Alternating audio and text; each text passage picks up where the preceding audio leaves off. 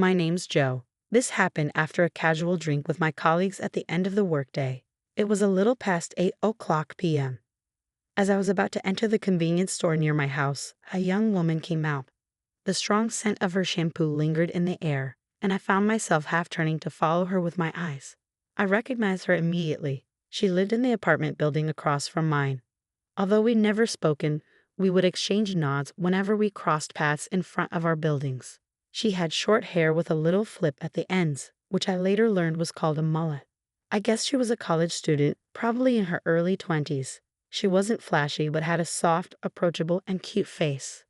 Normally, she dressed well, but that night, she was in a tracksuit, looking unusually disheveled as she staggered down the street, weighed down by plastic bags in both hands.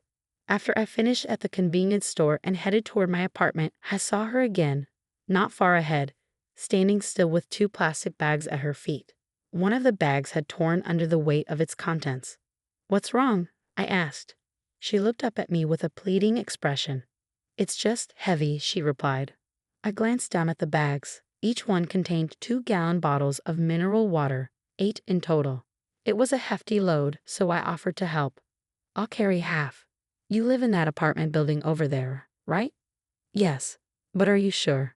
she asked, sounding a bit hesitant. I assured her it was no problem, though the overpowering smell of her shampoo was slightly distracting. As we walked, I asked about her situation. About an hour earlier, she had been showering when the hot water suddenly stopped. She just started washing her hair, so the bathtub was empty. Unable to rinse off the shampoo, she had wiped off the suds with a bath towel as best she could and then thrown on her tracksuit. Just as she left the bathroom, the doorbell rang. It was her neighbor, checking to see if her water was also out. It turned out that the water supply to the entire building had been cut off. Everyone started making a fuss, and someone called the property management company. When they came to check, they discovered a problem with the water tank. A professional was called to fix it, but it couldn't be repaired that night, so everyone had to spend the night without water. That's why she had gone to buy bottled water at the convenience store. I helped her carry the water bottles up to her room. She thanked me repeatedly, looking quite embarrassed. "That must be awful, with your hair full of shampoo," I said. She touched her head and sighed. "Yes, so after buying the water, I thought I'd boil some and wash it out." Then something seemed to click in her mind, and her eyes lit up. "Wait, there's a spa on the street past the convenience store, isn't there? Maybe I'll go there. It's been a while since I last visited." I nodded but then remembered something. "That spa is closed on Tuesdays." Her hand, which was about to insert the key into the lock, froze. She looked at me stunned. There weren't any other places nearby where she could shower. After a moment of hesitation, I offered, "If you'd like, you can use my shower. It's old, but I keep it clean." She lived in a fancy designer condo, while I resided in a 40-year-old 2-story wooden apartment building. It had a retro charm, but to be honest, the place was pretty rundown. Despite its flaws, I liked it. It was conveniently located. My room on the 2nd floor got decent sunlight, and above all, the rent was the cheapest in the area. Sometimes I wondered if it was a former crime scene, given the price. When I first moved in, the layout of the room was pretty straightforward. As soon as you entered through the front door, the kitchen, which was about the size of a small dining room, was on the right, and the bathroom unit was to the left. There was just one larger room at the back. She was a little hesitant about my invitation to use the shower, but the discomfort of her unwashed hair eventually won out, and she accepted. She came to my place with a nervous look on her face, glanced around curiously, and then quickly headed to the bathroom. Almost immediately, I heard the sound of water running and the pitter-patter of the shower. It felt like I was intruding on something private just by hearing it, so I hurriedly turned on the TV to drown out the noise. "Thanks to you, I feel refreshed," she said when she emerged. "I'm glad I could help," I replied, and we exchanged a few more words before I saw her off from the doorway. A few days later, there was a notice about a planned power outage in my area, scheduled to last for about 2 hours starting around 7 p.m. I might sound strange, but I was actually a bit excited to experience a brief power outage. However, when 7 p.m. came, the lights in my room stayed on while everything outside went dark. Confused, I stepped outside to find that, although the power outage affected the whole area, my apartment building was spared. The power cut off right at the narrow lane beside my building. I wasn't sure whether to feel relieved or disappointed. As I stood there, she came out of the condo across the street, which had lost power. When I greeted her, she bowed her head and thanked me for the other day, then sighed and said, "It's a power outage this time. It's so annoying, and I have an exam tomorrow." She had heard about the planned outage but had assumed it would be canceled. However, after the water outage incident, she had taken precautions and stored some water, knowing that condos often lose water as well during power outages due to the reliance on electricity to pump it to each unit. When the power finally went out and the lights turned off, she tried to calm herself by imagining exam questions in the dark, almost like a form of meditation. She considered making tea to relax, but since her place was fully electric, she couldn't heat water or even get water. Instead of calming down, she grew more frustrated and decided to head to a fast food restaurant near the station to study. I was about to tell her that my place still had power and I could heat water for her, but I decided against it. Instead, I wished her good luck and saw her off. The next evening, as I was leaving the station after work, I saw her inside the ticket gate arguing with a station staff member. "Good evening, is something wrong?" I asked. "Oh, Joe," she replied, surprised. I didn't remember introducing myself to her, but she might have seen my nameplate when she came to borrow the shower. "I don't have enough money for the train fare," she said, looking like the world was ending. "How much?" I asked. 80 cents, she answered, her expression hopeless. 80 cents. I couldn't help but laugh at the absurdity of the situation. Still, I lent her the money. Once she successfully exited the station, we walked home together. As we did, she mentioned, "I think I dropped my phone on the train." She usually went cashless, paying with her phone wherever she went. Of course, she carried some cash. But that day, she had just finished her college exams and went out for an early dinner with her friends to celebrate. The restaurant they chose only accepted cash, so she used up most of what she had. She used her phone as her train pass as well, and had managed to board the train with it. But after she got off, she realized her phone was missing and couldn't exit the station. When she explained the situation to the station staff, they checked for lost items but hadn't received any matching reports. They told her she could either wait and hope the train crew found it when the train returned to the garage or pay the fare. She could have self-reported and said she boarded from the next station, but she honestly stated where she had boarded, which meant her fare was 80 cents more than what she had left in her wallet.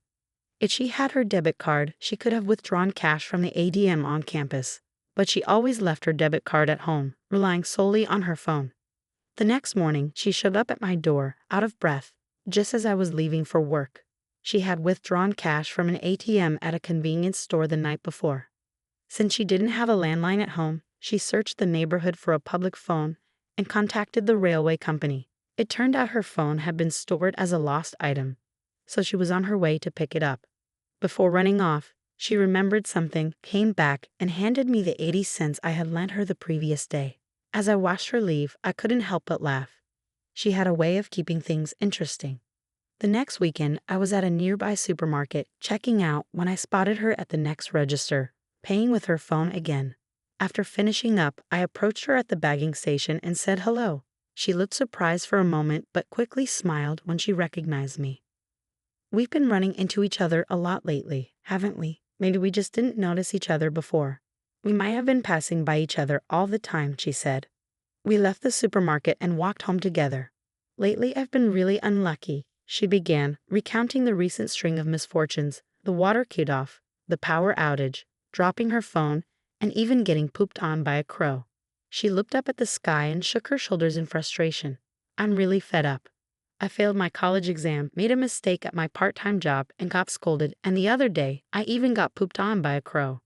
I chuckled, trying to lighten the mood. Hey, we all have times like that. Suddenly, she got an idea. "Hey Joe, can I use your kitchen today?" she asked. I agreed, but I was curious why. She explained that she believed her string of bad luck was due to her apartment. Ever since she moved in, she felt like her luck had turned. "I'm not great at cooking, but I'm good at making omelets. But the apartment I'm living in has an induction heater, and I can't make an omelet the way I want," she said, blaming the tools for her troubles. "Maybe it's a kind of exorcism. If I can make a good omelet with gas, maybe I'll move to a place that's not all electric." I didn't expect to hear the word exorcism come out of her mouth, but I decided to play along. "Sure, Why not give it a try? I'll taste it for you. The omelet she made turned out overcooked and hard, far from delicious. A few days later, a major hurricane was approaching and my company ordered us to finish work early. Just after 4 p.m., I left the office and caught a train home. As predicted, the weather was worsening, with strong winds and thick rain clouds overhead. I did some quick shopping at the usual supermarket on my way back and hurried home. When I arrived, I found her sitting alone, squatting in front of my door. "What are you doing here? Is something wrong?" I asked. She looked up at me with a sad face and explained that a group of friends from her college club, who she was very close with, had organized a mixer a few days ago. She found out today that she was the only one who hadn't been invited. She said she felt left out. What a foolish thing to worry about. "Well, that's youth for you," I said, trying to laugh off the situation. "Anyway, the wind is picking up, and it's starting to rain. The storm is coming. You should go home, or would you like to come in?" To my surprise, she accepted my offer to come in. The storm was getting closer, and the wind and rain were intensifying. My 40-year-old, poorly constructed apartment was making all sorts of creaking and groaning noises. She looked anxious the whole time. She had probably never heard such noises in her fancy apartment. "Are you going to eat with me? I'm making fried rice for dinner," I called out from the kitchen. She happily accepted and joined me. I placed a frying pan on the gas stove, added some oil, and started tossing in the ingredients one by one. With a swift backward pull, I tossed the fried rice in the air with the pan. "Wow, you're good. Can I try it?" she asked. I handed her the pan. With a serious look on her face, she gave it a go, but the fried rice didn't budge. She tried again, this time with more strength, and the rice leaped out of the pan, scattering everywhere. "Oh no, it's spilled," she exclaimed. "Let me handle it," I offered, gently guiding her to the back of the room. I resumed cooking, and soon we were sitting across from each other at the small table, eating the fried rice. Thanks to the storm, the room was noisy with all the creaking and groaning. "Have you lived here for a long time?" she asked. "Well, I'm about to renew my lease for the third time, so about 6 years. Almost 7, actually. Why do you ask?" I responded, looking up at her. She seemed lost in thought, then pulled out her phone and showed me the screen. It was a horoscope app she showed me. The message read, "Asterisk, a time of many troubles. Reconsidering your current environment might be beneficial. Asterisk." "Do you believe in this kind of stuff?" I asked. "Well, not necessarily, but it's kind of on my mind. Some things do come true," she replied. Now I understood what she was trying to say. She had mentioned before that her recent streak of bad luck might be connected to her current apartment. Now, this horoscope was suggesting she reconsider her environment. It made sense that the first thing on her mind when thinking about a change in environment would be her apartment. She might have been wondering if she should move, which could explain why she had asked me how long I'd been living in mine. Between the exorcism idea and now this horoscope, I realized she was surprisingly superstitious. "So, are you thinking of moving?" I asked. "How did you know?" "Are you a clairvoyant?" She responded with a hint of humor. "A clairvoyant? So, you're not only superstitious, but also think I might have some psychic powers." I teased. "Well, why not? A fresh start can be a good thing. Maybe you should consider moving." "I guess so. Maybe I really should move after all," she said, though she still seemed uncertain. I couldn't help but feel a pang of something. Was it regret? If she decided to move and disappeared from the apartment across the street, I realized I might feel lonely in a different way. She said she was about to go home and started putting on her shoes in the entryway. The peak of the hurricane seemed to have passed, but it was still pouring rain outside. "Thanks for the fried rice," she said. "Hold on. I'll walk you home," I offered. I grabbed my coat and quickly put on my shoes.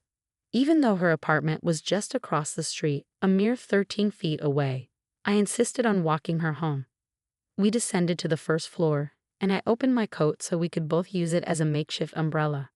"Let's go then." We took a step, then 2, as the rainwater pooled on the road and splashed around us.